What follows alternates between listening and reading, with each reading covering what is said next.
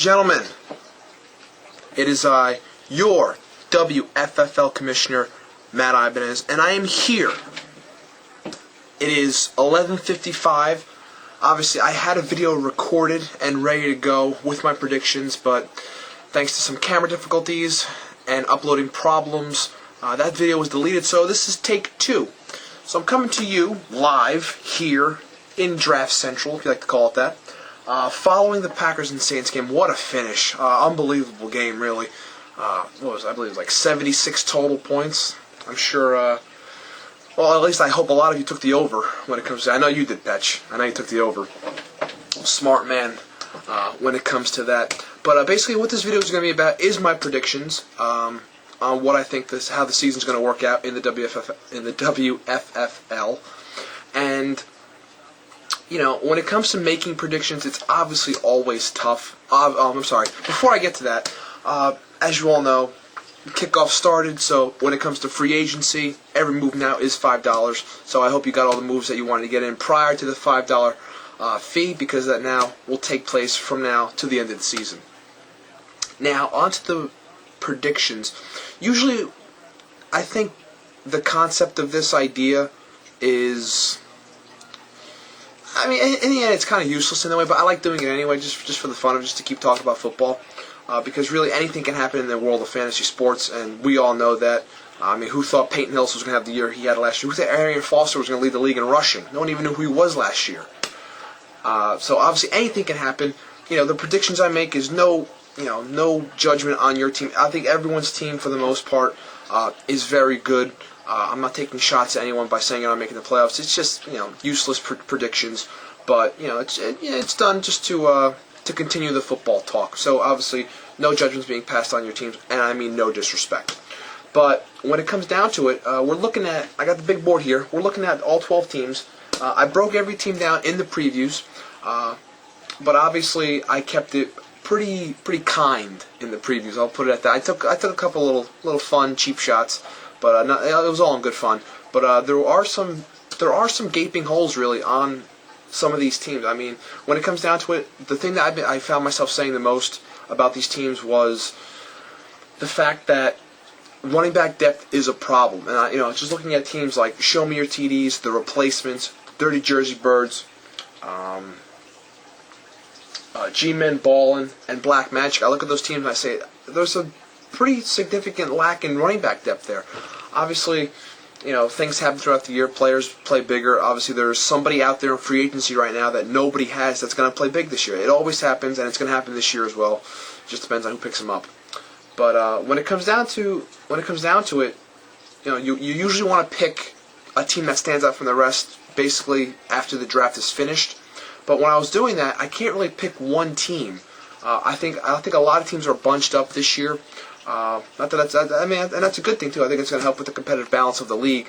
But obviously, we'll see what happens once we get kicked off and ready to go and in full swing on Sunday. But the two teams really stick out to me, from the get-go.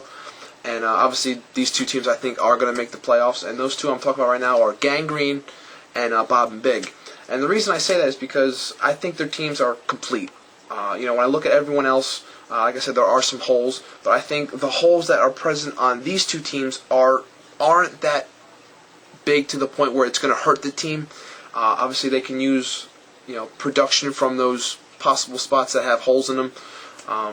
If the production can be up, it's just going to give them a better shot at winning a title. And I think both teams have a very good shot at winning a title. Because when I look at teams like Show Me Your TDs and the Replacements, I look at those two teams and I say, running back depth is a problem. Obviously, we just saw James Starks running pretty well for the Packers, so that's a big coup for the Replacements, because they can really use someone behind behind Arian Foster. Show Me Your TDs, Ben Jarvis, Green Ellis, and Reggie Bush, are backing up Adrian Peterson. So you wonder what's going to happen there. The running back depth behind Chris Johnson for the Dirty Jersey Birds is in question. Fred Jackson, can he be a number 2? Brandon Jacobs and Mike Tolbert, can they give anything worthy of being a number 2 starter? And then you look you look at other teams. The Schweinsteigers, can LeGarrette Blunt improve on what he's done? Can Mark Ingram, we saw him playing today, can Mark Ingram have a strong, solid rookie season to be a number 2 fantasy back? Raging Pineapples, Peyton Manning. It's a huge shot to the team. You wonder what's going to happen there. Losing him for 2 to 3 months, I don't even think he's going to be coming back. And the fact that they had picked up Colt McCoy recently in free agency, did owner John Palumbo, but they just dropped him and they picked up Kyle Lawrence. So he will be the signal caller. For how long, we'll see. But other than that, that's a big stinger to the team. Team J-Moss, great running back depth, but you wonder about the wide receivers. What's Percy Harvin, Mario Manningham going to give you? Can Johnny Knox give you anything? Is Lance Moore going to play? G-Men balling, same story as last year. Great wideouts, need the upside to come to fruition from the running backs. And this time around, no Phillip Rivers. It's Eli Manning and Jay Cutler. Can they deliver as number 1 quarterbacks for the team? Cougar Hunt. I like Cougar Hunt this year. They got Jamal Charles and Darren McFadden. What's Reggie Wayne going to give them with no Peyton Manning and possibly Kerry Collins or Curtis Painter throwing him the ball? Obviously we saw Ryan Grant playing today. He looked very sharp. Looks like he's back.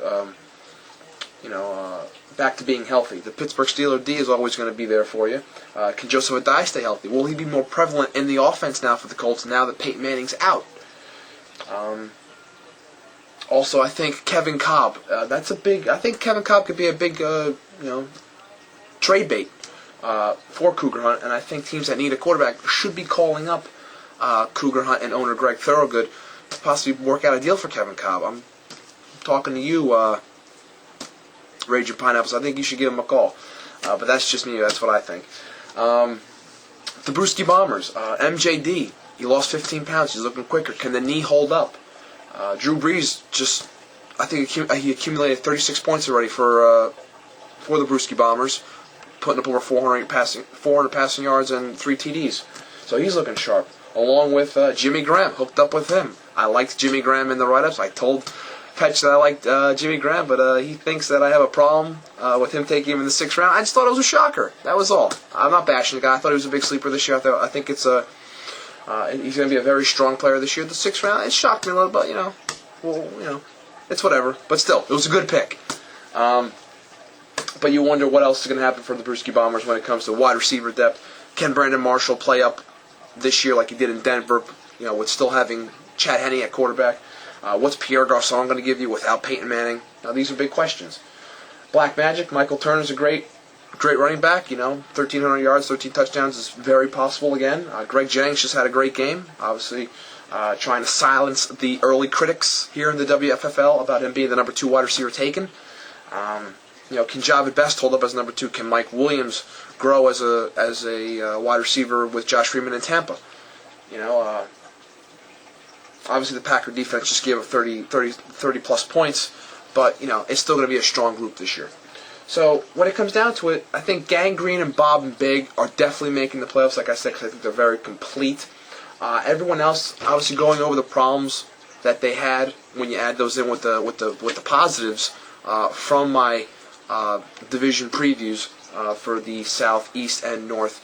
Obviously, you put it all together, you wonder who's going to make it. So I think Gangrene and Bob and Big can definitely make it. I think I really like Cougar Hunt this year because obviously you saw from my write-ups, I really like Jamal Charles this year. Pairing him with Darren McFadden I think is huge. I think Reggie Wayne can still have a decent year. I'm going to put Reggie Wayne in that group that Larry Fitz was in last year with no quarterback. They're such a talent, but with lack of quarterback, you still think they're going to get the ball and they're going to put up points. So I think he's still going to go over 1,000 yards. He'll have possibly 8 touchdowns. But losing Peyton does hurt. I think Matt Schaub's going to be fine. Wes Welker, Ryan Grant. I think it's a very strong group. I think that's also a playoff team. So that's 3 right there. I also like. You can call me, unfair. You can say what you want about me, but I do like my team. I think the Dirty Jersey Birds are a playoff team. I do worry